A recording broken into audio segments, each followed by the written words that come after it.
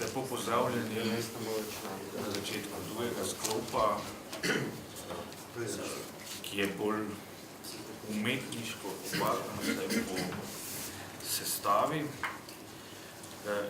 In naslov tega sklopa je kontemporalnost in kontekst. Kot prvega vabim k besedi doktorja Braneta Senegačnika, svojega priljubljenega nekdanjega profesorja, ki deluje na Filozofski fakulteti in nekako sjajno povezuje antiko in sodobnost kot prevajalec, klasik, filolog, pesnik in tudi premišljevalec naše sodobnosti. Zato mislim, da bo njegovo razmišljanje o smislu, kontekstu in kontemporalnosti zelo tehtno. Kar prosim, Brane. Hvala lepa za prijazne besede, ki sem zdaj slišal iz ust svojega nekdanjega, zelo simpatičnega in priljubljenega študenta. Pa to ni ben ping-pong komplimentov, ampak je bilo res tako. Najprej tudi z moje strani upravičilo, ker sem zelo prehlajen, sem celo razmišljal, bi lahko prišel ali ne, ampak sem si rekel, da je vendar prav, da če tudi s takim bolj glasom na robu slišnosti, pač nekaj povem, pridem s tem prazno lukno tukaj, čeprav bi najbrž časovno to niti ne bilo tako zelo slabo. Ampak dobro. Uvodne teze, ki jih je profesor Pomel pripravil, so me res zelo nagovorile z mojega vidika,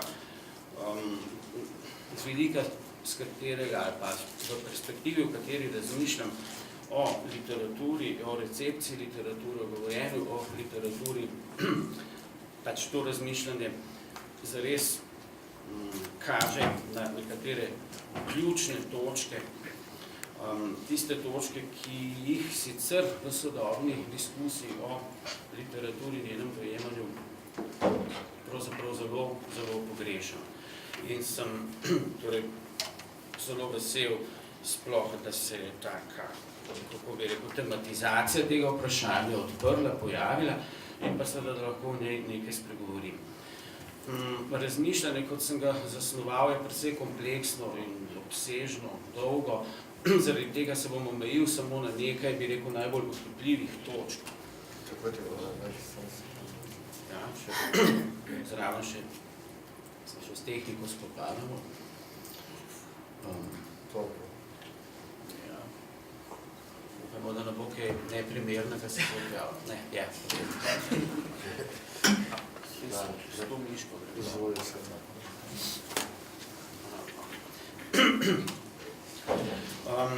Torej, tiste osnovne, najbolj opipljive, po mojem najbolj za tak način predstavljanja primerne misli o tem bom pač kar povzel v prostem govorjenju. 20 minut je meja, si nastavil uro in se bom skušal res držati. Torej, v povzetku, ki je bil objavljen tudi v tej programski knjižici, sem na prvem mestu izpostavil vprašanje neprehodnih mest ali tistih delov besedil, ki delujejo nekako kot nekakšno interpretacijsko brezpotje ali pa postavljajo pravzaprav veliko težavo, nerešljivo težavo raznim poskusom interpretacije. Zdaj, na kaj sem pravzaprav sploh s tem mislil in zakaj mislim, da so takšna mesta, kot jih sam v literaturi najdevam seveda tudi v antični literaturi, v tisti literaturi, o kateri bom sedaj predvsem tukaj govoril. Zakaj mislim, da so takšna mesta bolj kot sama težava, pravzaprav velika možnost oziroma odpirajo neko možnost drugačnega razmerja z besedilom, razmerja zlasti s pesniškimi besedili, pa hkrati tudi razmerja človeka s samim seboj.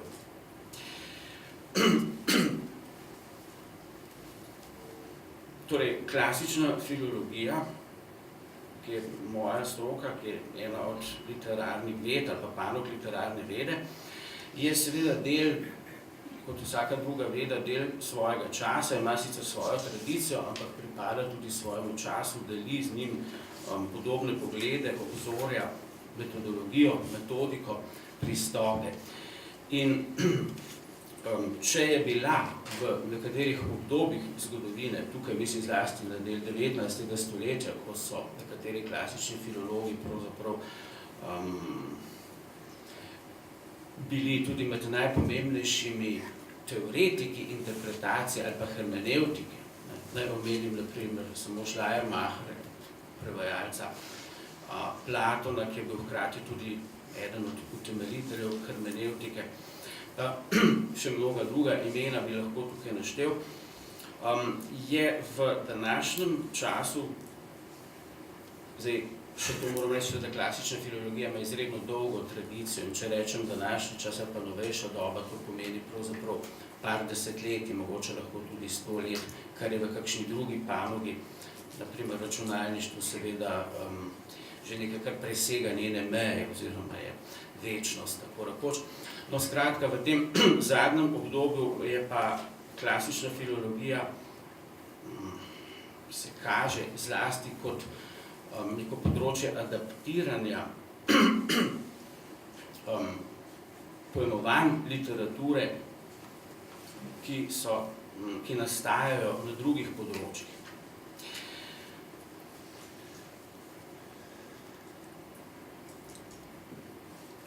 Jasno je, da vsaka interpretacija, vsaka miselna, vsaka organizirana oblika mišljenja v bistvu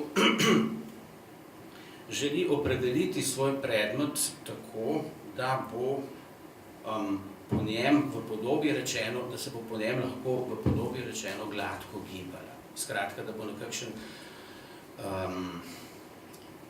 bi rekel, mišljenjski promet lahko tekel nemoteno, neproblematično.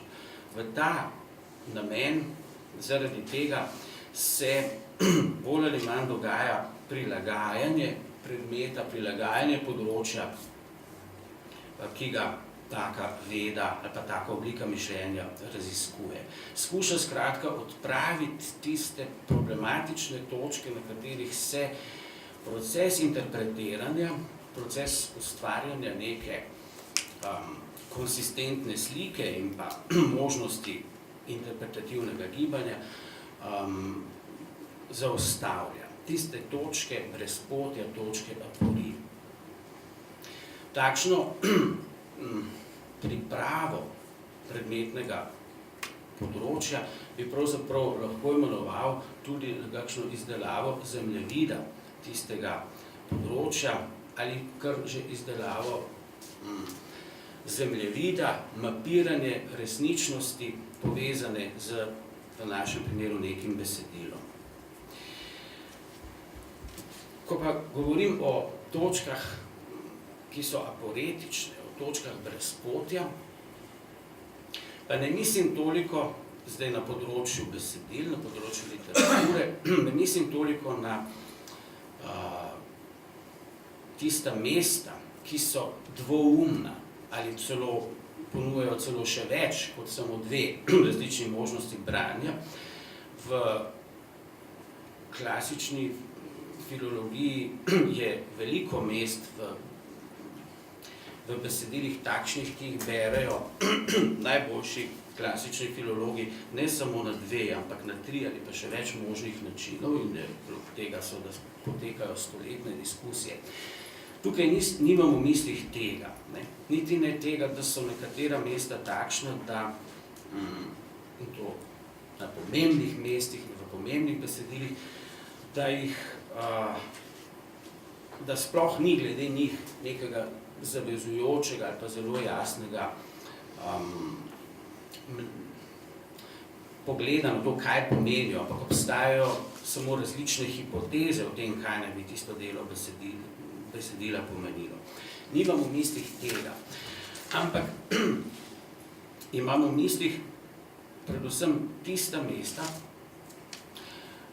na katerih interpretacija nekako umolkne ali izgubi svoj smisel, ker pride do neke točke, kjer samo interpretiranje kot tako ni več neposredno pomembno, kjer torej mesta, ki v bistvu od bralca ali interpreta zahtevajo, mogoče je to prevelika beseda, zahtevajo, ampak sugerirajo nekako drugačen odnos.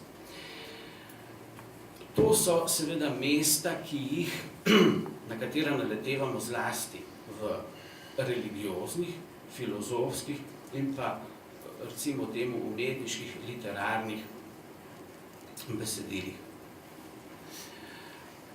Mesta, ki na tak način pravzaprav govorijo o tem, kaj je človek, govorijo svojo semantiko, svojim pomenom, ampak govorijo o tem tudi s svojo zgradbo, če gre na primer za dramo, svojo oblikovanostjo mitosa, svojo oblikovanostjo zgodbe, ali pa, ko gre za poezijo, svojim podobjem.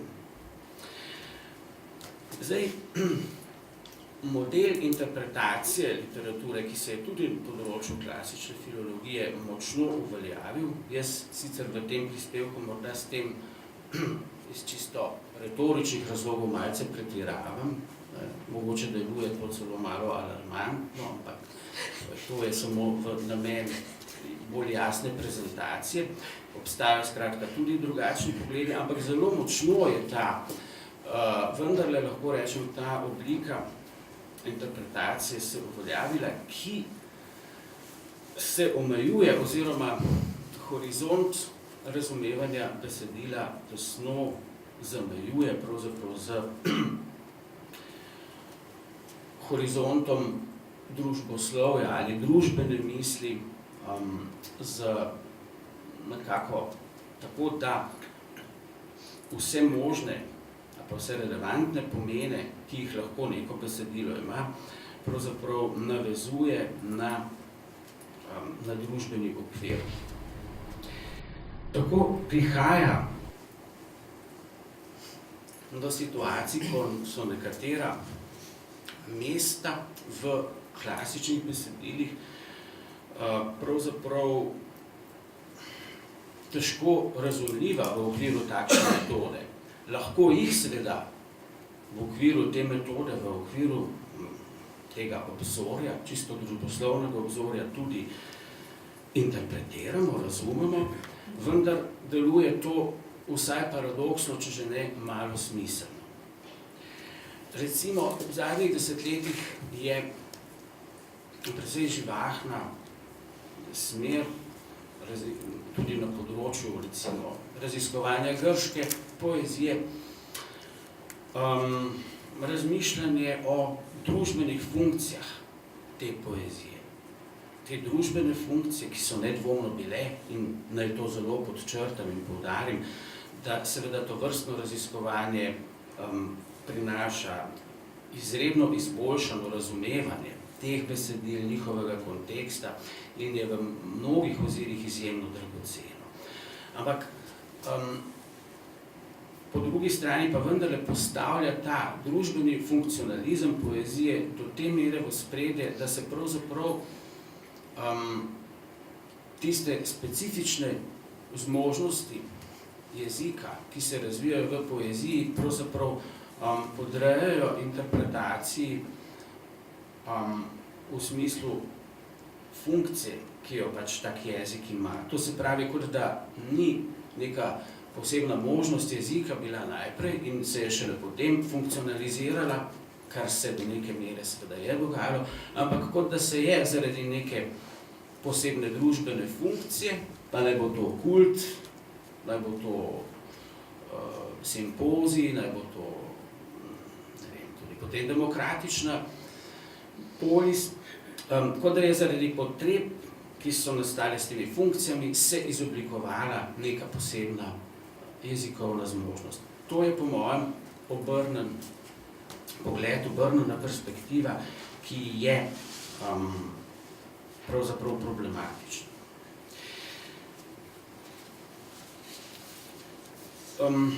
Med stvarmi, ki se mi zdijo posebej vredne opozorila, sem jih nekaj navedel in postavil tudi zdaj na tale zaslon. Torej, takšen družboslovno zamejujoč pogled razumevanja poezije seveda ni nujen. Jaz ne delim, bi rekel, čisto historističnega ali historicističnega pogleda, po katerem je stanje, kakršno je, pač nujno in neizbežno. Zato sem tudi prej rekel, da tako zelo alarmantne te stvari niso in lahko vidimo tudi, beremo v sodobnem času nastale študije, ki zelo drugače obravnavajo problem tistih mest, ki presegajo golo družbeno zamejenost, pa vendarle v zelo veliki meri se tak model uveljavlja. Uveljavlja se tudi to, da so potem zaradi takšnega okvira drugačna branja pravzaprav marginalizirana ali pa da vsaj iz obzorja akademskega diskurza v veliki meri izginjajo. Na ta način se potem tudi neprehodna mesta, težka mesta, ki torej izzivajo nek drugačen odnos, nek drugačen pogled, kot pa je zgolj družboslovni, pravzaprav tudi samo marginalizirajo, izgubljajo svoj potencial ali pa se celo na nek, jaz bi rekel, včasih kar banalizirajoč način interpretirajo znotraj tega družboslovnega okvira. Ampak to je nekaj, kar je seveda v realnosti problematično zaradi obsega, ki ga po mojem to dobiva v sodobnem akademskem in sploh raziskovalnem življenju, ni pa to, kot rečeno, nekaj nujnega, niti ni samo na sebi problematično. Že prej sem omenil in še enkrat poudarim, da so tovrstni trendi raziskovanja prinesli ogromno novega, zanimivega, nedvomno koristnega. Nekoliko v duhu tez, ki so, na katerih sloni pravzaprav ta naš pogovor, bi rekel, da seveda je to tovrstno raziskovanje tudi nesporno dragoceno in koristno pravzaprav za vsakogar, ki se ukvarja s takšno literaturo. Seveda je pa drugo vprašanje, ali je zdaj tovrstno ukvarjanje z literaturo predstavlja pač edini ali monopolni način, tako rekoč rob sveta, ali pa predstavlja tu zgolj enega od modelov, ki se recimo v neki širši komunikaciji vključuje v, bom rekel, procese razumevanja poezije in še bolj pomembno v procese življenja pravzaprav za poezijo. No, da pri tem nastajajo nekatere verjetno zelo problematične, zlasti zato, ker so nereflektirane ali slabo reflektirane prisvojitve horizonta, kakor so tukaj pod točko 2, je seveda tudi nekaj, kar gre zraven. Primeri za to so številni, v številnih študijah se lahko to bere, ko je v nereflektirani obliki ali popolnoma neizraženo ali pa izraženo pravzaprav mimogrede jasno, da se tako kot sodobna literarna zavest ali pa vzorje tako identificira s tem že omenjenim, stalno omenjenim družboslovnim razumevanjem literature ali celo zaprtjem poezije v ta okvir. No, zlasti je velik problem tukaj čisto metodološki, pa v tem pogledu. Namreč v svoji kritičnosti so sodobni raziskovalci naredili velik napredek v odpravi anahronističnega razumevanja antične literature. Ta napredek je bil izredno velik. Naj gre za zgodovino, naj gre za lingvistiko, naj gre za kaj drugega. Ampak zanimivo je pa to, da se pa vendarle kaže kot problematično pa razumevanje ali pa interpretiranje te literature v popolnoma, bi rekel, družboslovno imanentističnem okviru, kakršen pa v antiki praktično nikoli ni obstajal. Pri nobenem avtorju ne moremo videti razmišljanja ali pesnjenja ali česarkoli, ki bi bilo absolutno zajemljivo s takšnim okvirom. In interpretacija v tem smislu, čeprav, torej, pa v tem obzorju, v tem okviru, čeprav je lahko zelo dragocena, je vendarle v nekem bistvenem pomenu anahronistična. Dobro, s točko 4 se zdaj posebej tukaj ne moramo ukvarjati. Samo za ilustracijo, hotel sem poudariti, da je pri še najbolj, bi rekel, teoretično distanciranih mislecih v antiki, zdaj tukaj govorim zlasti o grški antiki, nikoli ne najdemo popolnoma teoretično distanciranega pogleda. Morda v kakšni anekdoti, ampak tudi v tistem bi se dalo razpravljati. Namenoma sem izbral spet primer iz Tukidida, ki velja in to upravičeno za pravzaprav utemeljitelja nekakšno političnega realizma in tudi realistične politologije, če smem tako reči.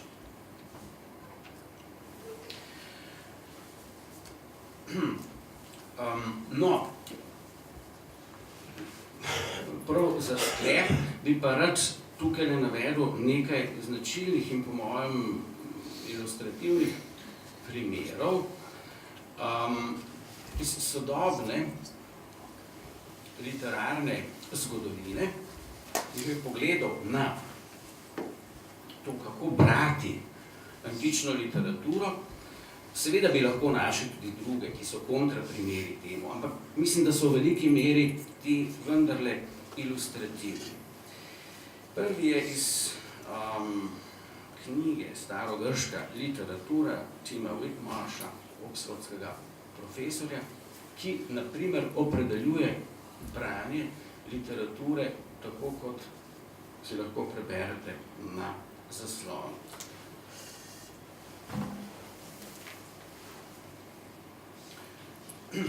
Zlasti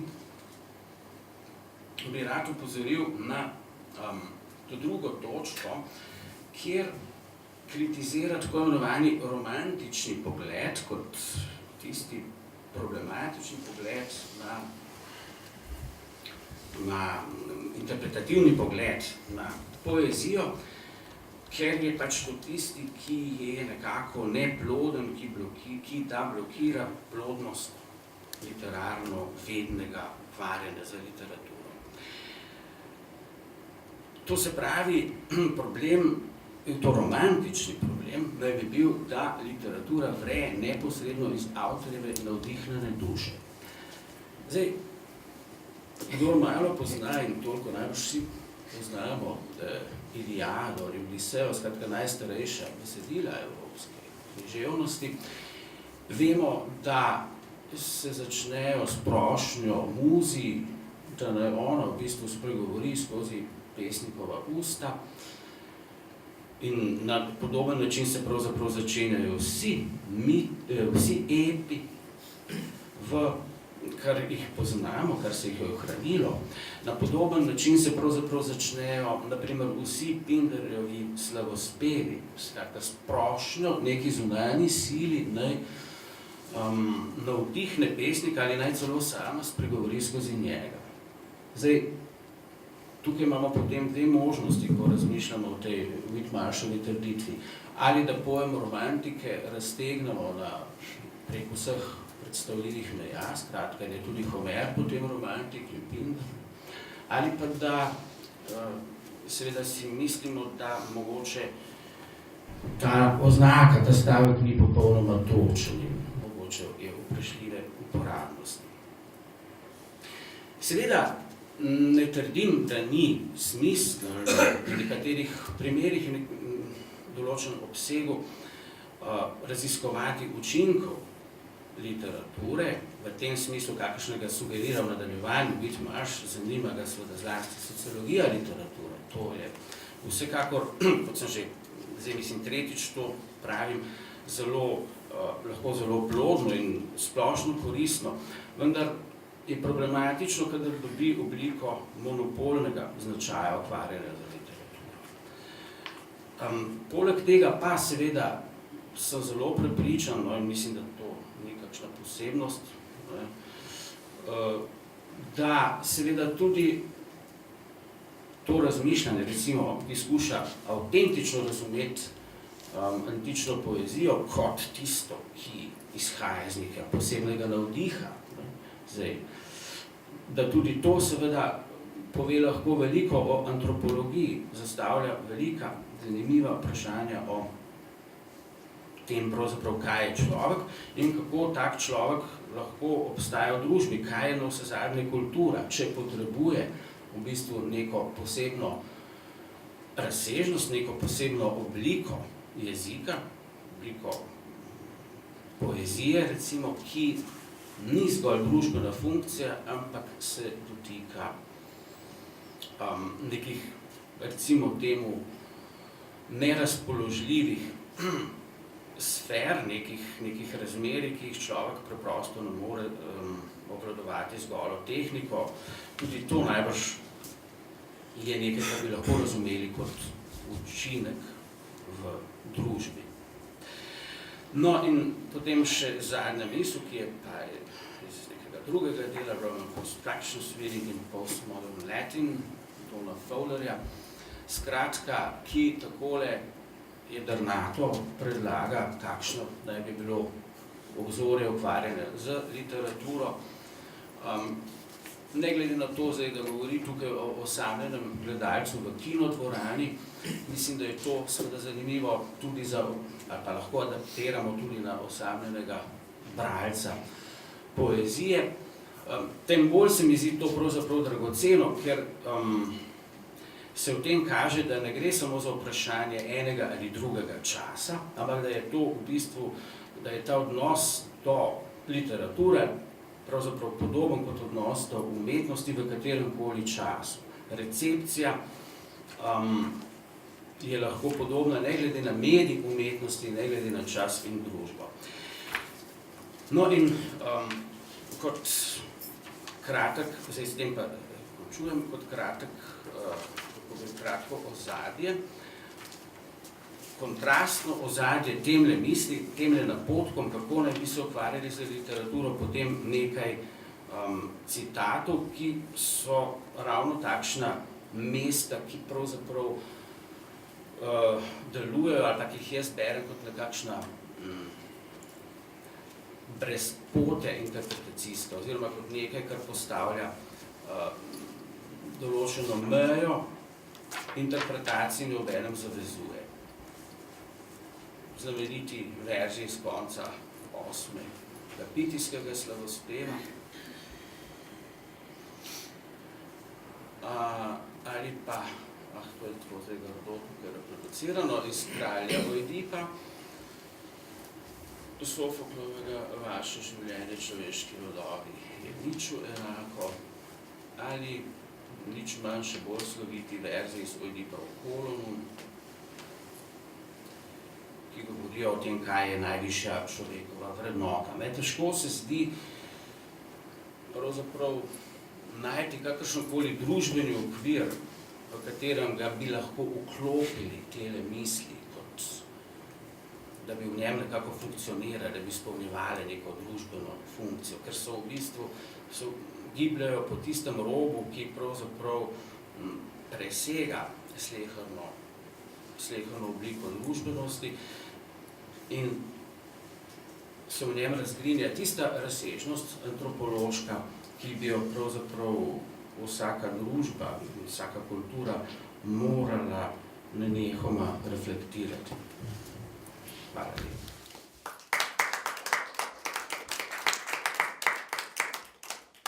Hvala lepa, Brane, za ta prispevek, ki mislim, da navdihuje zelo veliko vprašanj potem za razpravo. Sedaj pa vabim besedi doktorja Jožefa Mukoviča, ki je obenem eden naših najvidnejših likovnih umetnikov, slikarjev in po drugi strani verjetno vodilni likovni teoretik, profesor na Akademiji za likovno umetnost in tudi avtor referenčnega leksikona likovne teorije. Naslov njegovega prispevka pa bom kar prebral. Preokvirjanja v noosferi kontemporalne implikacije sodobnega razmerja med likovno umetnostjo in humanistično znanostjo. Prosim, doktor Mukovič. Najlepša hvala za besedo. Torej, področje raziskovanja, ki sem se ga lotil v mojem prispevku, je presečna množica med umetnostjo in humanistično znanostjo. Na nek način zato, ker sem ta presečna množica jaz sam, saj se v krvnem obtoku moje izobrazbe na nek način pretakata v sistoličnih in diastoličnih fazah obe ti dve področji. Seveda je najprej potrebna huda omejitev. Ko govorim o umetnosti, v prvi vrsti mislim na likovno umetnost, ker jo najbolj poznam iz prve roke. Ko mislim na humanistiko, jo tukaj znotraj tega prispevka vidim predvsem v njenem metodološkem odnosu do proučevanja umetniških panog, predvsem likovne umetnosti. Vsi vemo, da sta umetnost in humanistika dve dinamični in povezani področji in vsi na nek način tudi vemo in mogoče je dokazati, da od razsvetljenstva sem obe zaznamujejo opazne spremembe. Umetnost karakterizira razširitev njenega osnovnega polja v tako imenovano razširjeno. Čisto na kratko lahko rečem tako, da so umetnosti osnovnega polja tiste, ki imajo pridevnik. Likovna, glasbena, plesna, literarna, pesniška in tako naprej. Medtem ko je njeno razširjeno polje, ki je danes zelo razširjeno, tako rekoč umetnost brez pridevnika, unisex umetnost. No, teorijo humanistike pa zaznamuje premik od tako imenovane klasične teorije k moderni, torej od klasične teorije, ki je sinonim za gledanje, motrenje in spoznavanje, k moderni, ki je sinonim za raziskovanje, diagnostiko, kritiko, polemiko in tudi terapevtiko, če ne gre drugače. Ta razširitev polja umetnosti in ta premik od, v narekovaju rečeno, klasične k moderni teoriji ima seveda velik vpliv na presečno množico teh dveh področij, torej na humanistično raziskovanje umetnosti. Struktura mojega prispevka je zelo enostavna. Njegov prvi del predstavlja zasledovanje te razširitve od osnovnega k razširjenemu polju na področju umetnosti. In drugi del je namenjen analizi premika od klasične k moderni teoriji v humanistiki in tretji del interakcijski matrici, ki nas danes živo zanima in tudi ravno zaradi tega, ker nas tudi živo zadeva. Kljub enostavnosti strukture pa so tematike vseh treh delov do te mere kompleksne, da jih je celo v daljšem tekstu težko obdelati brez določene razvodenitve. Ker je temu tako, se bom jaz tukaj usmeril samo na enega od teh delov in sicer na osrednjega, kako se obnaša od razsvetljenstva proti našemu času humanistika v odnosu do umetnosti, ker to na nek način terja časovna omejitev. Pa tudi predvsem zato, ker se mi zdi, da bi bil ta del za večino vas, ki ste tukaj, morda najbolj zanimiv, ker nas vsaj združuje tale pripadnost humanistični znanosti. V novejšem času, ko je pod preiskujoči pogled refleksije prišla tudi teorija sama, je postalo priljubljeno govoriti o dveh tipih teorije. O klasični, ki je, tako kot sem prej povedal, sinonim za gledanje, modrenje, spoznavanje, in moderni, ki je sinonim za diagnostiko, kritiko in polemiko. Prva temelji na izvorno filozofskem čudenju stvarem, ki jih proučuje, druga na objektivirajoči distanci do stvari. Razliko med obema teorijama je po mojem mnenju samo na videz naivno razložil Abraham Joshua Heschel, ko je zapisal, citiram, svet smo zmožni opazovati na dva načina, z razumom in začudenostjo. S prvim skušamo razložiti svet in ga prilagoditi našemu spoznanju, z drugo pa se trudimo, da bi naš razum prilagodili svetu. Konec citata. Poudarek seveda tukaj ni na razumu in začudenosti, ampak na razliki med prilagoditi svet našemu spoznanju ali pa prilagoditi naše spoznanje sveta. V tej na pogled zgolj besedni igri je velik ontični razkorak v odnosu znanosti do predmeta raziskovanja.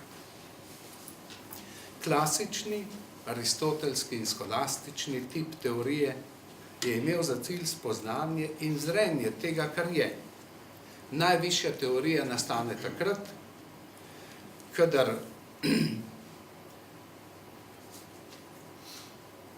vidimo nekaj v poslednji resničnosti in ko bit, resnica in misel, ki je njuna vez, sovpadejo. Gre za prilagoditev človeškega spoznanja svetu oziroma stanju sveta. Cilj je seveda torej idealistično optimiran, v polnosti skoraj da nedosegljiv. Vendar je temelje tega teoretiziranja spontano vgrajena intenca po zvestobi predmetu proučevanja. Po prednosti objekta, če se izrazim z Adornom. Karakteristika tega tipa druženja s stvarmi je, da pri njem, kot piše Sloterdijk, nastane nekaj, kar lahko imenujemo erotična oziroma estetska teorija. Ker je v igri eros, živi estetska kultura, ki ima bolj podobo umetnosti kot podobo tehnike. Umetnik in erotik živita pod vtisom, da stvari želijo prej nekaj od njega, kot on od njih. In da so one tiste, ki erotika in umetnika vpletajo v avanturo izkušnje. Prav zaradi te temeljne zvestobe stvarem so nekdaj filozofi učili, da so dimenzije estetskega za resničnost spoznanj konstitutivne. Moderna in postmoderna znanost je preveč, v narekovaju rečeno, realistična, da bi do stvari gojila odprt, naklonjen, simpatetičen odnos. Do njih in tudi do raziskovalca zavzema postrazsvetljensko previdnostno distanco. V njeni teoretski kulturi v odnosu do obstoječega zaznavamo primat skepse, distance, procedur in raziskovalne tehnike. Objekt je tu lahko samo tisto, kar sodi na področje, ki ga obsegajo metode in modeli. Če vse metodično pripišemo subjektu, pa lahko govorimo o tipu znanosti, ki izhaja iz vzvišenosti prepoznavalca nad prepoznavanjem. O tipu, ki ga karakterizira prednost subjekta po Adornu in nesuverenost ter neautonomnost objekta. Ta vzvišenost je cena objektivnosti in se kupuje z metodično pomiritvijo ali normiranjem tega, kar subjekt v raziskovanju sme oziroma ne sme. Se pravi, s prilagajanjem sveta človekovemu spoznanju. Mišljenje so seveda spoznanja, ki so se podredila avtonomnosti objekta, ker inteligenca izvorno ni teoretična postavka, temveč kvaliteta ravnanja okolju odprtih biti izvira iz srečevanja z objekti, iz šole ognja, kot slikovito pravi Peter Sloterdijk. Kapital lahko beremo tako pogosto, kot želimo, vendar nikdar ne bomo razumeli odločilnega, če tega ne bomo spoznali iz lastnih izkušenj in ga vsrkali v lastno miselno strukturo in občutje. Kljub temu nam raziskovalna kultura od razsvetljenstva dalje najgloblje zapičuje naj takšnim spoznanjem, prvoosebnim spoznanjem ne verjamemo. Za razsvetljenstvo kot nazorsko obliko, katere temelj in motor je zaskrbljenost za to, da bi človek ne postal žrtev prevare ali premoči, so namreč objekti prav zaradi tega, ker je v njih vselej nekaj samo svojega, nekaj, kar je našim analizam, interpretacijam in teorijam načelno nedostopno, pojem tega, čemur bi se naj ne zaupali, ne prepustili. Še posebej, ker, kot opozarja na primer kritična teorija, ta načelna nedostopnost ne korenini le v predmetu, ampak tudi v samosvojosti mišljenja.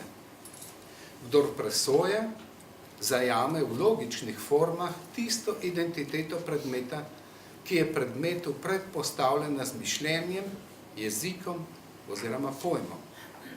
In ta rezultat, v katerem končuje vsako mišljenje, vodi to teorijo do znane, uničujoče sodbe. Identitet ist die Urform der Ideologie. Identiteta je prava oblika ideologije. Zdaj, vi veste, da je tako pojmovanje identitete med mišljenjem in predmetom na nek način naivno, ampak sodba, ki jo je kritična teorija postavila, pa še vedno traja. Torej, se pravi, vsako mišljenje, ki verjame v možnost identitete med predmetom in seboj, je po naravi stvari ideološko, ali še drugače. Wissen ist per se ideologija. Vednost je ideologija per se, torej sama na sebi. Prednost objekta bi torej pomenila prisilno živeti z neko močjo nad seboj in ker vse, kar je nad nami, kvazi samodejno identificiramo s tem, kar nas podjarmlja, lahko v smislu tega razsvetljenega razsvetljenstva do stvari in misli vzpostavimo samo odnos kritične in polemične distance. Na metaforični način bi bilo mogoče reči, da ima humanistična epistemologija v odnosu do umetnosti, podobno kot vegetativni živčni sistem, svojo simpatično in parasimpatično infrastrukturo. Prvo v odnosu do predmeta proučevanja karakterizirajo radovednost, involviranost, posebna občutljivost, poglobljeno spoznavanje in metodična prilagoditev naravi predmeta spoznavanja. Drugo, distanca in rezerviranost do raziskovalnega, kritičnost, dekonstrukcija in določena pričakovanja od stvarnosti, ki koreninijo v tem, kar se v teoriji kritizira. Prva teži k involviranemu spoznavanju umetnostne fenomenologije in vidi umetnost kot avtonomno, razvijajočo se in obstajajočo stvarnost. Druga temelji na znanstvenosti in kritičnosti raziskovanja in vidi umetnost kot heteronomno, od lastne znanstvenosti in kritičnosti odvisno stvarnost.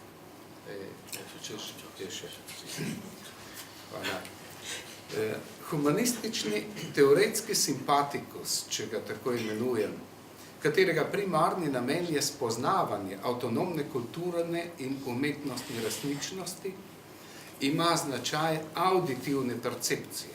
In sicer v tem smislu, da si ne predstavlja rad, da bi stal distanciran na robu dogajanja. Ta tip teoretiziranja ima svet in predmete samo toliko, kolikor je sredi prostora in dogajanja. Zato je že od samega začetka možen zgolj kot teorija vključenosti. Theorie des Inseins. Zelo drugače se obnaša tako imenovani humanistični parasimpatikus, kot ga imenujem, katerega primarni namen je raziskovanje kulturne in umetnostne resničnosti kot neavtonomne stvarnosti. Ta privzema bolj naravo okularne subjektivitete. Če hoče gledalec nekaj videti, mora do vidnega vzpostaviti odmik in protipostavitev. Ta prostorski narazen in nasproti pa med subjekt in objekt ustavita distanco, ki nima samo prostorskega, ampak tudi ontološki pomen. V zadnji konsekvenci tega distanciranega razmerja se raziskovalci razumejo kot brezsvetni, breztelesni opazovalci, ki lahko do njim vselej odmaknjenega sveta tudi sami zavzemajo zgolj odmaknjeno pozunanjeno stališče. Ker je svet vida distancirani svet, se okularna subjektiviteta ujema z nagnjenjem, da se interpretira kot nevključena pričevanska instanca na robu panorame, ki ji pravimo svet. In kot primarno kontemplativna ter šele sekundarno delujoča instanca. Skratka, okularna subjektiviteta v eksponiranem stanju teorije, interpretacije in kritike uči, da si moramo do resničnosti in predmetov raziskovanja ustvariti distanco. Išče primerjave, preglede, posplošitve, metodološke in družbene, autorefleksije, ne pa neposrednosti, posebnosti, enkratnosti in intime, ki so tako rekoč najbolj prepoznaven znak vsake umetnosti. Teži k posplošitvi, objektivizaciji in popredmetenju znanja. In prav lahko se zgodi, da v njeni previdni, objektivizirajoči luči svet neposrednosti in intime povsem umolkne. Teoretski simpatikus je zavezan praktični modrosti in proučuje stvari in vivo. Njegovo raziskovanje je težavno in včasih zbuja dvome. Njegova prednost pa je, da se tako dosežena spoznanja kot zmote nanašajo na živo dogajanje. Teoretski parasimpatikus pa je zavezan teoretski modrosti. Stvari proučuje v konceptualno in metodično kontroliranih pogojih, torej in vitro. Sam sebe vidi kot generatorja distance, kritičnosti, polemičnosti, oziroma, kar mu pomeni isto, znanstvenosti v proučevanju kulture in umetnosti. To ga nagiblje k favoriziranju lastnih spoznanj, čeprav veljajo samo za kontrolirane pogoje, in k temu, da samega sebe vidi kot zaupanja vrednega diagnostika in terapeutika obstoječega stanja. Torej, na nek način, prej smo v tem prvem predavanju slišali, da je pravzaprav v humanistiki tudi anticipacija faktor, ki bi moral biti bolj pomemben, kot dejansko je. Ampak tukaj se pogostokrat ideologija postavlja kot temelj anticipacije.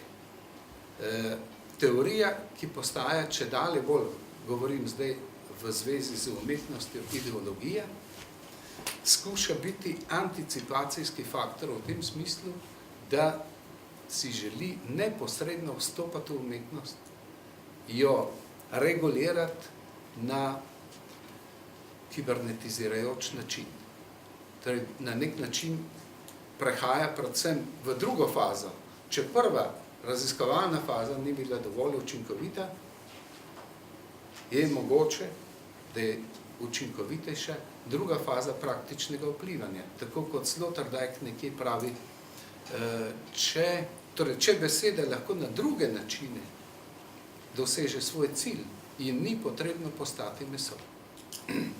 Če humanistične teorije, kulturo in umetnost zgolj različno razlagajo, se zdi, da je v sferi parasimpatične humanistične teorije končno nastopil čas, da jo na temelju ideologije znanstvenosti, ki je praviloma enačena z naprednostjo, spremenimo. Torej, določen del teorije v umetnosti danes ne proučuje več, želi si jo predvsem spreminjati. V 70. letih preteklega stoletja so se semiotiki pričeli odmikati od čisto strukturalističnega pojmovanja semiotike, v kateri je bila v ospredju formalna in strukturalna analiza znakovnih sistemov, in se začeli nagibati k poststrukturalistični socialni semiotiki, ki je usmerjena v proučevanje označevalnih praks v konkretnih sociokulturnih kontekstih. Ni mi potrebno navajati avtorjev, mogoče le umetnostna teorija, institucionalna teorija umetnosti, kritična teorija umetnosti in tako naprej. Gledano z tega stališča bi si zaenkrat še nedokazano upal trditi, da teorija humanistike v zvezi z umetnostjo danes bolj obvlada natančnost kritika, polemika in diagnostika ter promotorja socialnih idej, kakor natančnost radovedneža, erotika, empirika in poznavalca. Zdi se, da danes bolje in raje misli s parasimpatično kot simpatično hemisfero. Če je to res in kaj to povleče za sabo, bo prezentirano v nadaljevanju tega mojega prispevka. Hvala lepa za enkrat.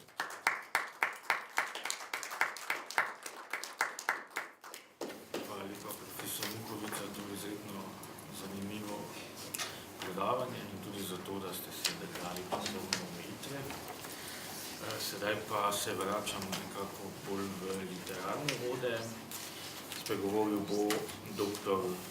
Andrej Božič, raziskovalec na Inštitutu Nove revije, literarni zgodovinar, ki je iz literarne vede tudi doktoriral. Spregovoril pa bo o pesniških kontekstih in sicer na primeru pesmi Pavla Celana Lesba. Zahvaljujem se za besedo.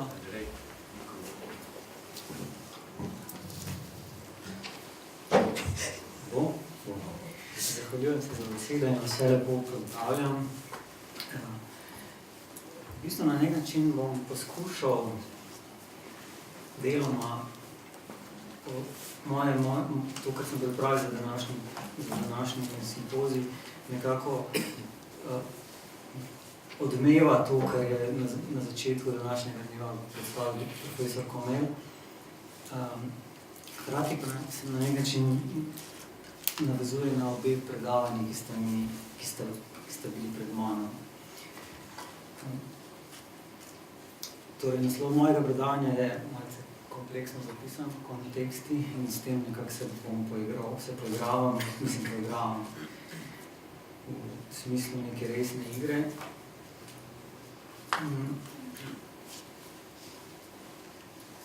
Torej, obrok pesmi Pavla Celana Lesba.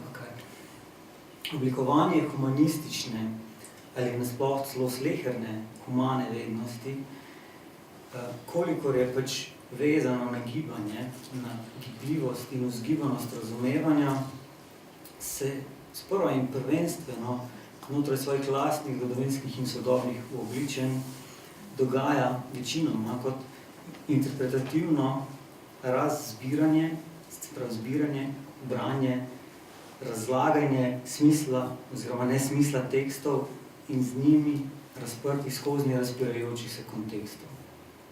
Na nek način osnova hermeneutika vprašanje, kaj pomeni, kako naj razumemo, kaj nam govori tekst. Govorica kontekstov, kontekstualno posredovana govorica, dobesedno in obenem nedobesedno zaznamuje človekovo prebivanje. In to čisto od vsakdanjega šolskega učbeniškega štiva prek danzadnevnega raznorodnega pisanega in pisnega sporočanja do seveda artistično artikuliranega leposlovja. Od tradicijsko prenesenih virov prek besedilnosti ali pa besednosti v prenesenem pomenu, kakršno določa sprejemanje tako naravne, kako slikarske pokrajine, do prenosa tradicije same, ki s prevajanjem iz preteklosti skozi sedanjost tke tekst prihodnosti.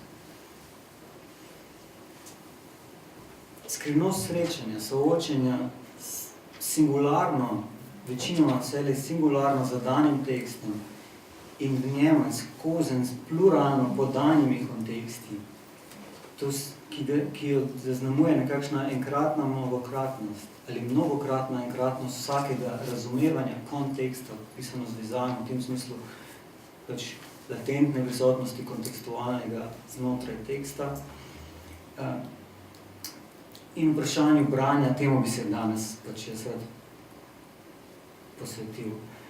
Na nek način, tukaj in zdaj bi rad v določenem smislu se zastavil en tak hermeneutični premislek, na katerih ne mara poglavitnih razsežnosti vprašanja pogojev in možnosti branja kot zbiranja smisla, ki pa ima v sebi krije določeno, do tega upam bom prišel, določeno antihermeneutično potezo.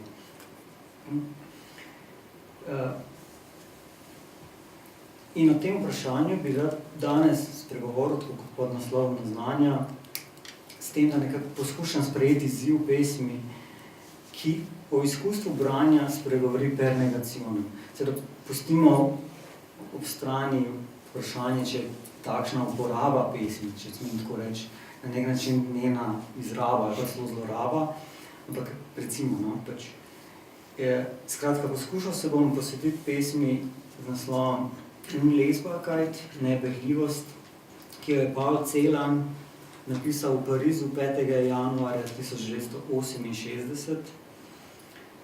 Kasneje jo je vključil prvi razdelek postumno objavljene zbirke Schneepad, ki je šla leta 1971. Zbirko je on sam še uredil, vendar pa za tisk je pa ni več pripravil, ker je pač prej naredil samomor leta 70.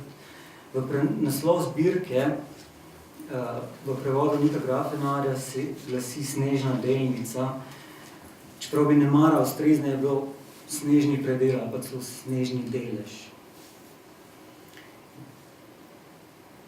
Pesem poje takole. Unlesbarkeit dieser Welt, alles doppelt. Die starken Uhren geben der Spaltstunde recht, heiser. Du, in dein Tiefstes geklemmt, entsteigst dir für immer. Ja.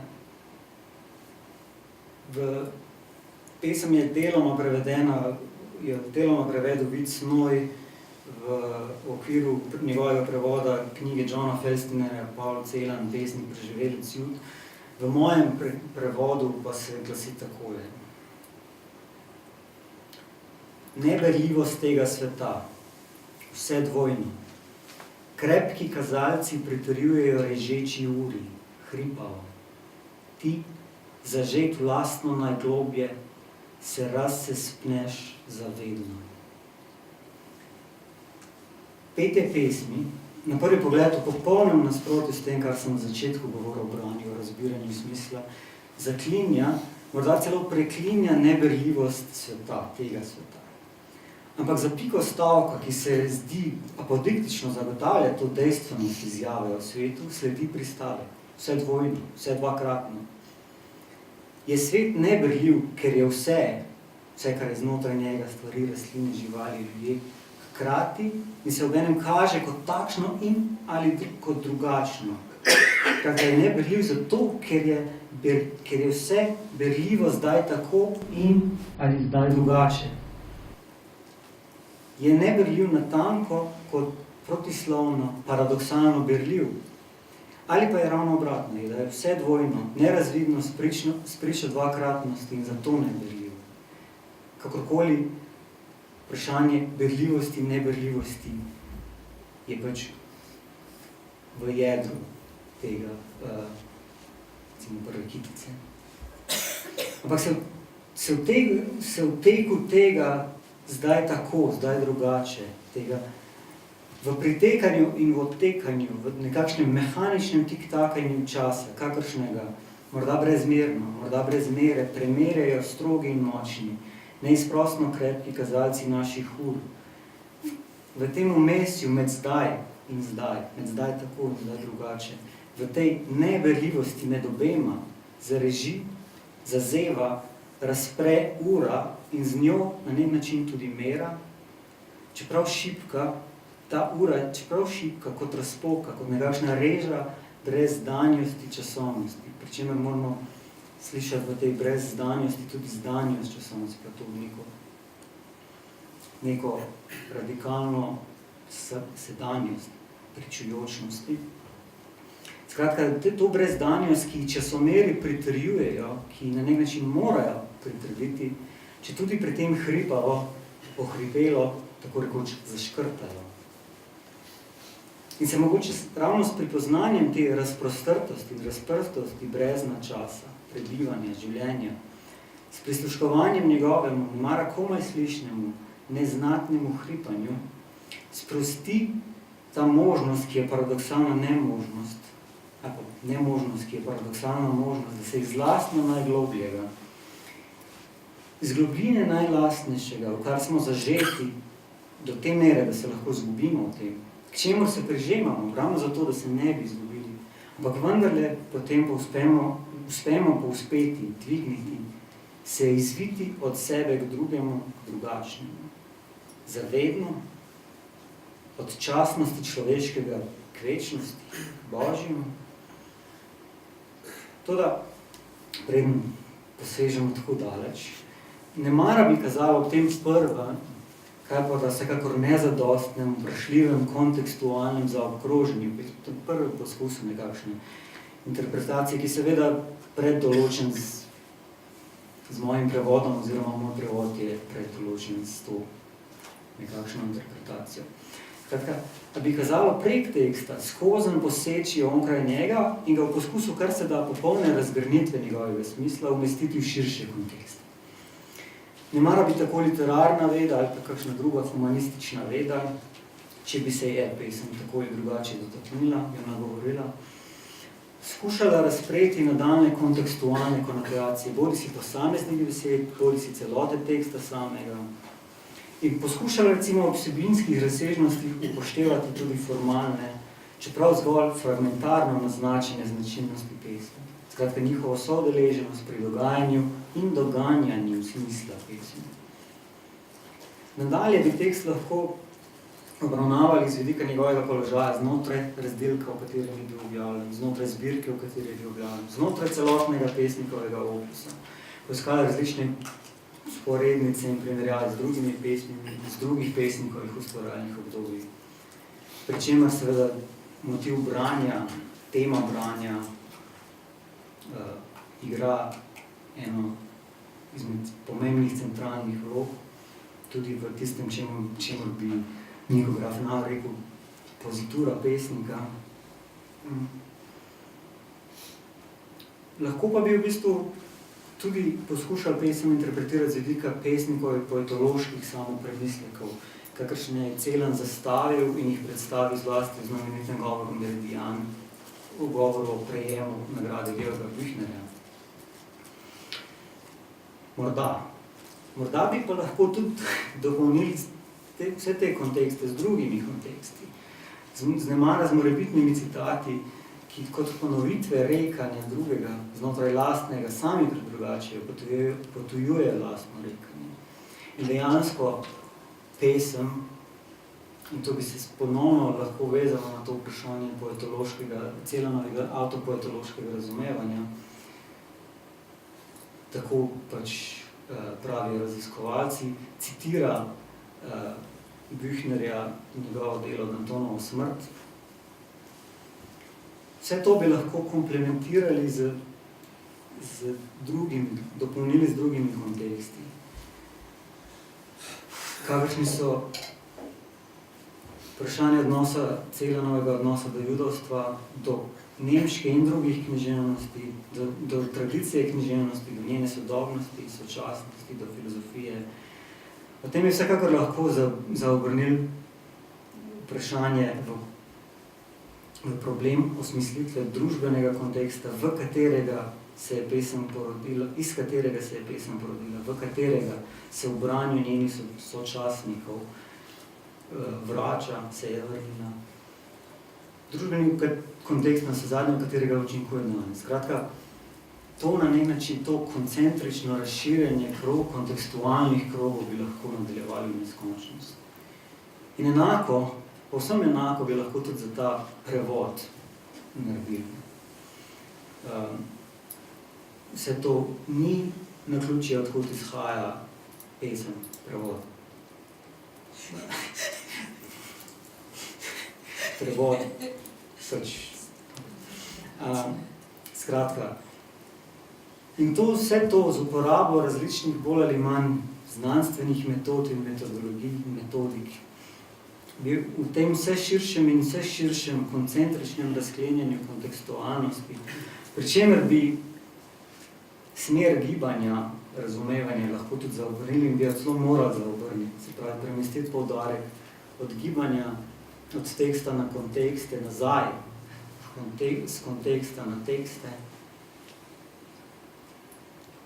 Skratka, naloga razumevanja ostaja tudi takšnega pesniškega izdelka, če sem tako to reči, je neskončna. In pač jo lahko, in vse to na nek način, vse to, kar sem nekako poskušal s temi različnimi kontekstualnimi zaokroženji zarisati, je bodi si že bilo narejeno za to pesem, bodi si še bo narejeno za to pesem. Nekaj malega, jaz tukaj poskušam.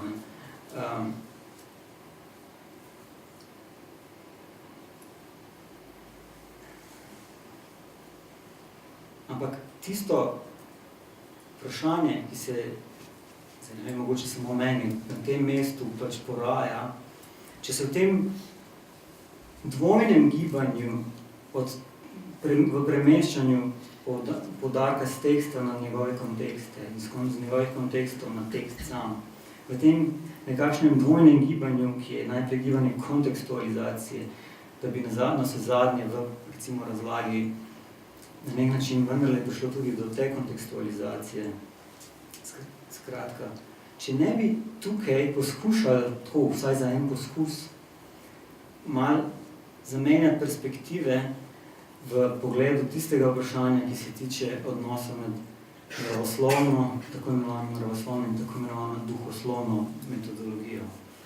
Pri čemer mi ne gre in nikakor mi ne gre za nekak dvom v utemeljenost te znanstvenosti.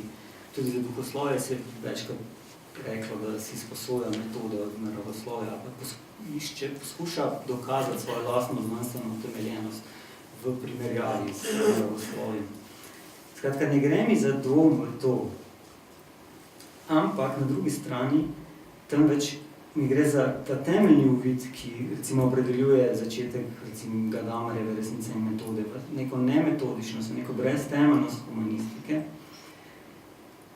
kjer, če smem tukaj malce citirati oziroma parafrazirati Heideggera, kjer tako rekoč ničesar ni mogoče dokazati, je pa marsikaj mogoče pokazati in privesti do prikazovanja.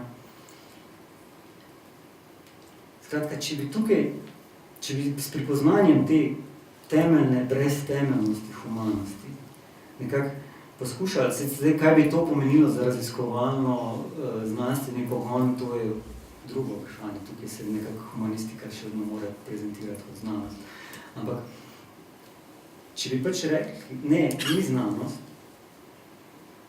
se pravi, da ni nobenega zavetja, nobenega skrivanja, čeprav je veliko skrivnosti, ni nobenega skrivanja za maskami raznih metod. Ampak je tisto, kar prihaja tukaj na dan, je tista radikalna izpostavljenost zastopanja namesto metodičnih pristopov, zastopanja posebnosti in osebnosti individualnega. Skratka, v poskusu nekakšnega kontekstualnega razgovora s pesmijo, spričo njene lastne neberljivosti, te soigre berljivosti in neberljivosti. Če naj znotraj takšnega razgovora pripustimo njeno govorico do govorice, če naj njeno spraševanje postane naše spraševanje, tisto, kar v bistvu tista humana, pa humanistična, človeško, tisto, kar je pričevansko, je prevzemanje odgovornosti, odgovornosti v smislu odgovarjanja na to vprašanje, ki nam ga zastavlja tekst. Odgovornosti, ki je pač radikalno nedeljiva in radikalno individualna. Na nek način tisto, za kar sem poskušal nakazati s tem nekoliko paradoksalnim zapisom naslova. V gibanju razumevanja, v gibanju razpetem med kontekst, kjer je poudarjen ta kontekstualna umeščenost, ta umistljivost teksta, in kontekst, kjer je tekst sam izpostavljen, pri čemer je to vedno neka soigra, protiigra. Natanko v tem vmesju, ki ga nakazuje ta vezaj,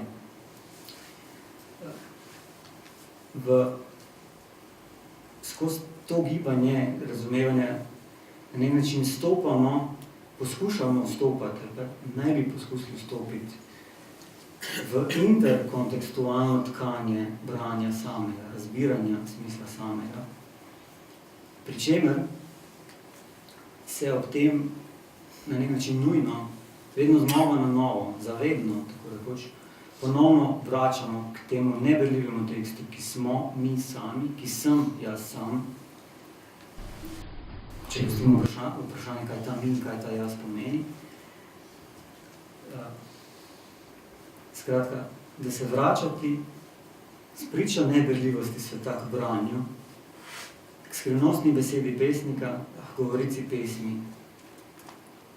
Unlesbarkeit dieser Welt. Alles doppelt. Hvala za vašo pozornost.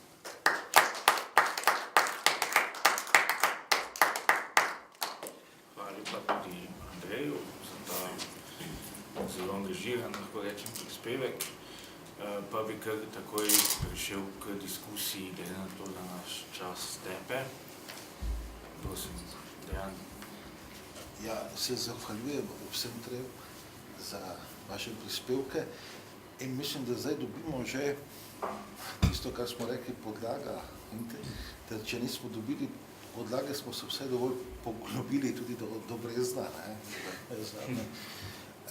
No, kar je zdaj bilo z meni zanimivo, je, Brane je najprej problematiziral, torej družbeno orientirano oziroma družbeno kritično prevladujočo orientacijo v pristopu k pesništvu tudi nasploh in konkretno pa k antičnemu pesništvu. Potem smo pri Jožetu slišali, seveda to, da pravzaprav se vednost interpretira kot ideologija, kar je, seveda ideologija se izpolnjuje ta družbeni kontekst. Ne? O ideologiji govorimo o nazoru posameznika, govorimo o ideologiji družbe. Ne? In tu je seveda, se mi zdi fino, ker je to povezal z možnostjo anticipacije. Ne? Ker sem jo poudaril, da poleg recepcije in koncepcije, da imamo tudi to. Ne? Zdaj, problematično je to, ne? Kar je bilo izpostavljeno, da se družbeni kontekst že vnaprej anticipira, da edina anticipacija, v katero potem, in da se potem, ne vem, razkrinkava ideološke strukture, a pa interpretativne, recimo, obrazce, in da je tu pravzaprav ena past, v katero zlahka, tako rekoč, zapademo. Zdaj, vprašanje je, ne, ali ne bi bilo potem, ko govorimo o razumevanskem kontekstu, odpreti, mislim, da so vaše predavanje že bila, pa tudi predhodnim, recimo, Manca, če ne rečem vseh, tudi ko je bilo govora, recimo, o življenjskem svetu pri Husserlu, pa ter o vladanju pri Darktu, ne, da je tu nekaj, ena podlaga, ki je nezvedljiva in ki jo mi zapolnjujemo sicer. Ne? In zdaj, če to potegnem na humanistiko, torej sodobne teorije humanistike od 60-ih let naprej se skušajo horizontu humanizma izogniti.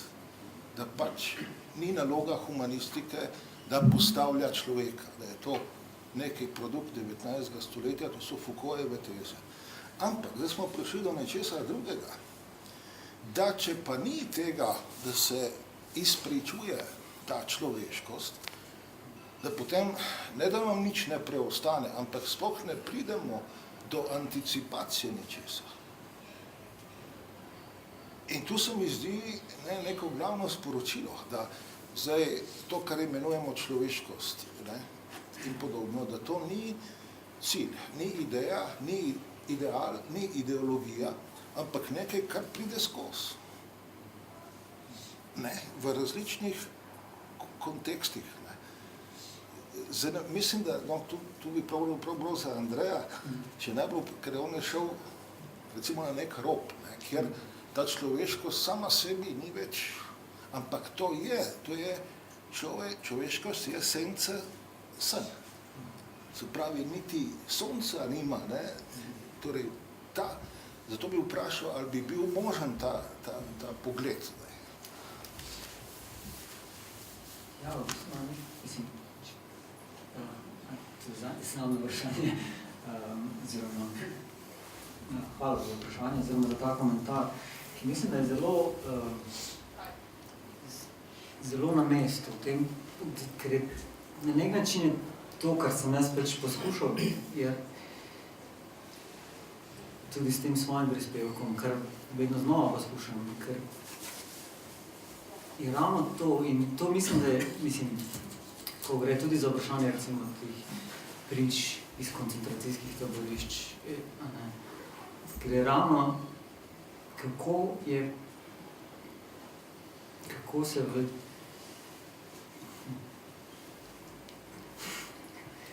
ja, tukaj, ja, je pač, je nek prepad, pri katerem, ne vem,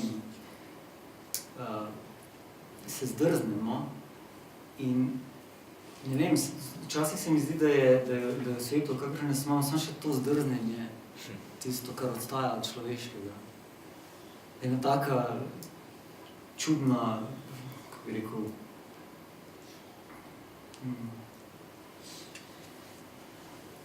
in pač na tem zdrznenju na nek način, kako bi rekel, raste in pada svet. Sem to zdaj mogoče malo daleč. Ne moram sicer reči tako, da zato, ker je preživel sam koncentracijsko tabor, ne, delil pač holokaust, da je zaradi tega to poezijo ne bi ustvaril. Ne. Ampak je tu, kako bi rekel, neko zrcalo, neke sence sen, ki kaže človeškost. Ja, to se pravi, to ni zdrs, bi bil Tako bi ga jaz razumel, ker imamo njegove pesmi. Ne? Ja, to je on vedno podarjal, če vzamem, da gre ravno za to možnost človeškega, za možnost človeškega prebivanja. Ko govori o pesmih kot zasnutkih prebivanja, pričem reče Dasein sind Höfe, skratka, o nekem odzivu na Heideggera. Ja, je točno to, kako še ohraniti to možnost, ker mislim, ohraniti to se zdaj sliši tako, pač apokaliptično, ne. In tudi na nek način je, ne, ampak apokaliptično mogoče v tem smislu, kako pripeljati to do odstrtja.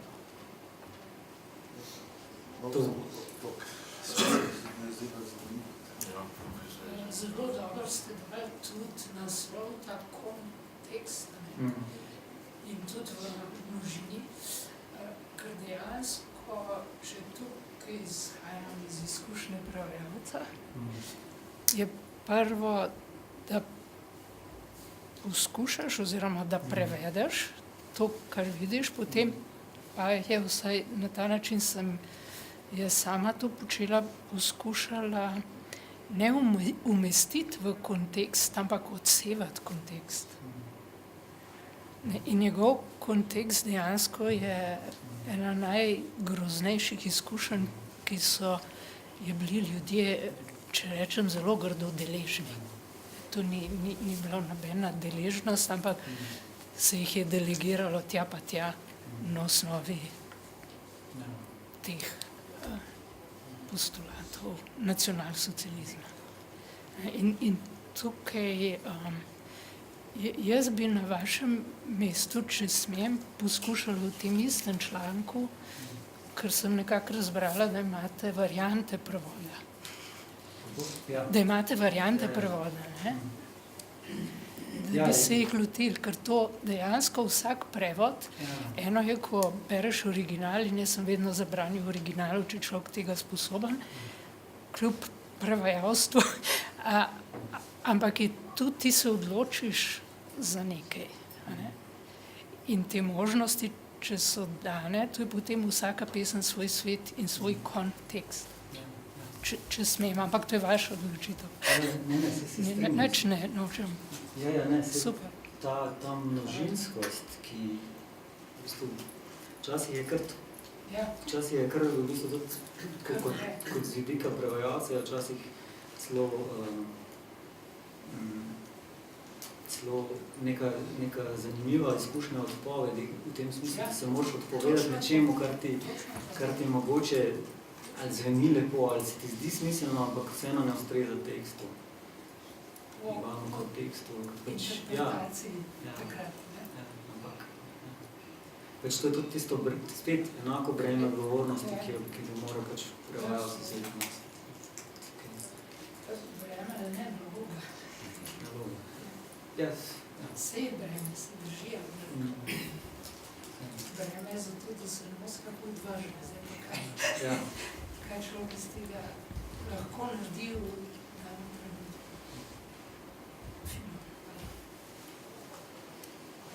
Še to, dejanje, tam niso o človeškosti, kje se kaže, pa zdaj je to lahko ideologija, ne seveda, da je lahko vemo, ampak mislim, ta poanta, ki je tudi, jaz mislim, kakor sem prav lahko sledil, v interpretaciji, da je tudi bila izpostavljena, je v bistvu podobna s tem Pindarjevo mislijo, ali pa Sofoklovim, da je človeško življenje pravzaprav enako niču, da je človeškost v bistvu v tem, da je ne moš koncipirati kot neko pozitivno ideologijo, pravim pomenu beseda, ampak preprosto s tem, da si, da je človeškost je v tem, da si pač na človeški način, se pravi kot smrtno bitje, in da prihajaš prek tega, ne vem, do izkušnje roba tega, kar je. To me je spomnilo tistih Hölderlinovih slovitih verzov, da smrtniki prej dosežejo brezno kot bogovi, če so zdaj ti bogovi, recimo, razumljeni kot nekaj, kar je v nekem smislu lahko celo prikrajšano za skrivnost niča, In to je recimo zelo zanimivo, veliko vprašanje grške ali pa najbrž vsake politeistične teologije. Potem je seveda lahko to uporabno tudi v tem kontekstu, samo smrtnik, samo človek stopa pač na tisti rob, do tiste izkušnje, ki je ni mogoče pozitivno koncipirati, no, v nobeno ideologijo, če hočeš biti pri tem avtentičen. Lahko sicer jo poskušaš, ampak v bistvu samo s tem, da si v radikalni negotovosti tega, kar pomeni biti, ker je pač prekarno vsako bivanje človeškega, tako rečem. No, in sem še to, mogoče, ker sem nekako negativistično, morda je zvenelo, ker sem govoril o sodobni interpretaciji literature antične, bi rad seveda še enkrat poudaril, da to ni absolutno tako. Obstajajo tudi zelo dobre, novo nastale knjige, zlasti ena angleškega akademika, ki se Paul Hammond imenuje, ki o tragičnem junaku govori ravno kot o tistem človeku, ki ga nihče ne razume, ker stoji nekako v drugem prostoru in kraju kot drugi ljudje in govori drugačen jezik kot drugi, ki ga zato ne morejo razumeti.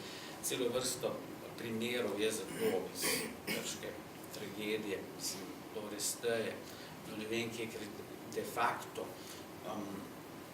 pač vidimo te junake tako opisane. In to je v bistvu tisti medprostor, ki je mogoče na nek način prostor, kjer se v resnici bolj razkriva, kot pa konstituira človeškost. To v bistvu že je, vendar če je zdaj dano vsakomu stopiti ta prostor samega sebe, pa spet drugo vprašanje, najbrž da, ampak ne vem, do kakšne mere lahko to postane predmet teorije. Umetnosti vsekakor, ja, teorije pa vprašanje.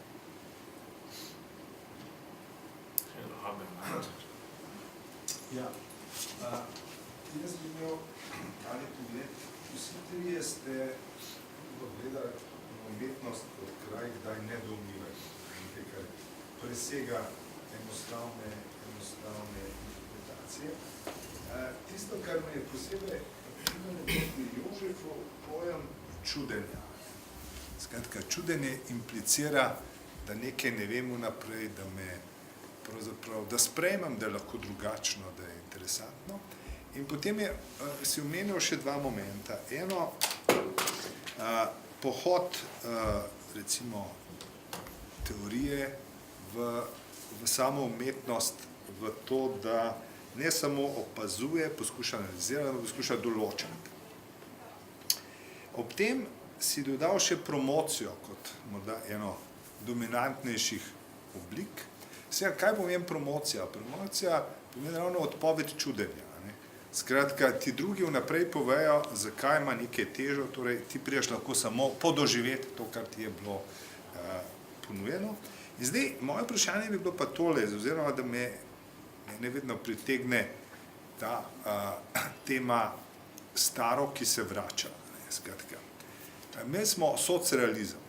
Socrealizem, ki je počel, če vzamemo promocijo, pa to implikacijo teorije v produkcijo, pravzaprav ravno to, ko so nam vnaprej povedali, kaj je umetnost, kako mora nastajati umetnost in kako jo treba percipirati. In moje vprašanje, a bi sprejel, pravzaprav, da je v tem nekaj tacga? Mislim, da brez velikih težav. Če tukaj je več problematiki, ki je odprtih, jaz bi se mogoče samo na dve. Vsi se boste spomnili na znamenito 11. tezo o Feuerbachu. To pomeni, da so do zdaj svet filozofi samo različno razlagali, gre pa za to, da ga spremenimo. To se zdaj referiram na to, kar je prej Dejan povprašal v prejšnjem krogu. Normalno je, razlaga zlahka preide tudi v ene vrste anticipacijo.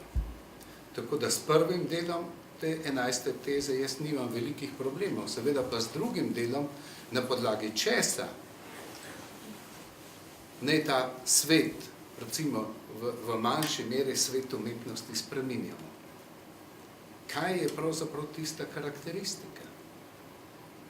Recimo, danes je, zdaj pa prehajam tudi k tvojemu vprašanju,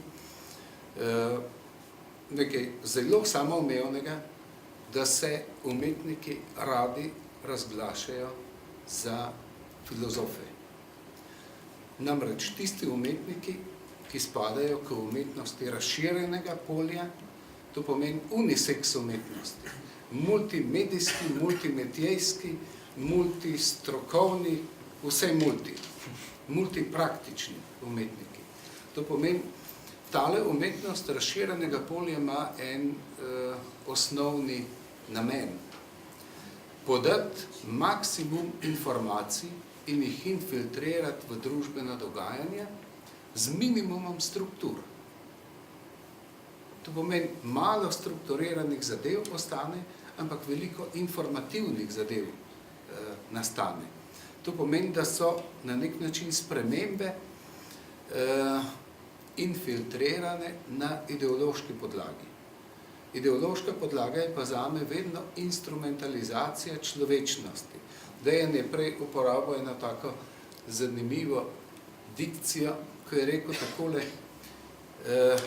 katera človečnost, ki bi anticipirala prihodnost, pride skozi raziskovanja.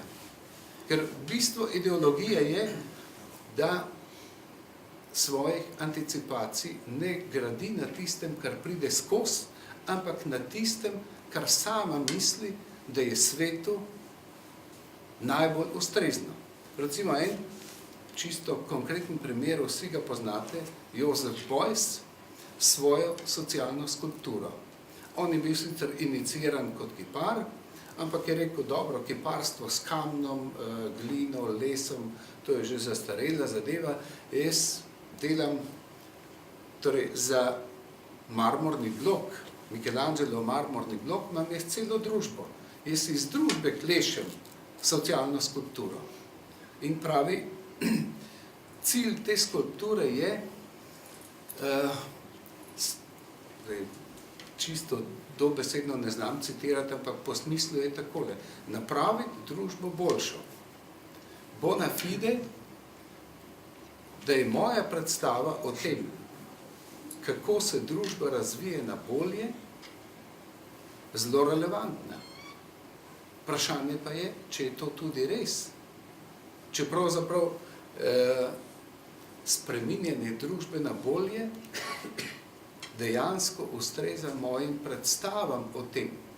Ker je ena najbolj zahrbtnih zaslepljenosti je, da mislim, da je tisto, kar se meni zdi primerno, stvarnosti tudi najbolj ustrezno.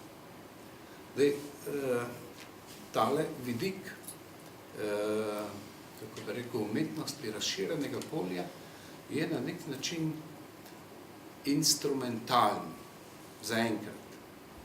Jaz torej nimam nič proti temu, da humanistična znanost, ki proučuje umetnostne fenomene, ima svoje anticipacije. Ampak sem pa zelo proti prehitrim anticipacijam. Torej takim, ki jih recimo razglaša en ideolog ali pa recimo skupina ljudi, ki ima eno ideologijo. Temu smo pa danes na nek način zelo podvršeni, ker prej, če ste opazili, med teorijami, ki jih jaz na nek način navajam, so teorije, ki so teorije bolj v narekovaju. Recimo, teorija multikulturnosti, kako se danes širi? S katerim sredstvom bolje uspeva kot s tistim, kar se danes imenuje umetnost. Ker umetnost je na en način še vedno močno spoštovan pojem, močno spoštovana stvarnost, ampak v aplikaciji te močno spoštovane stvarnosti pa lahko kriteriji strašno močno padejo.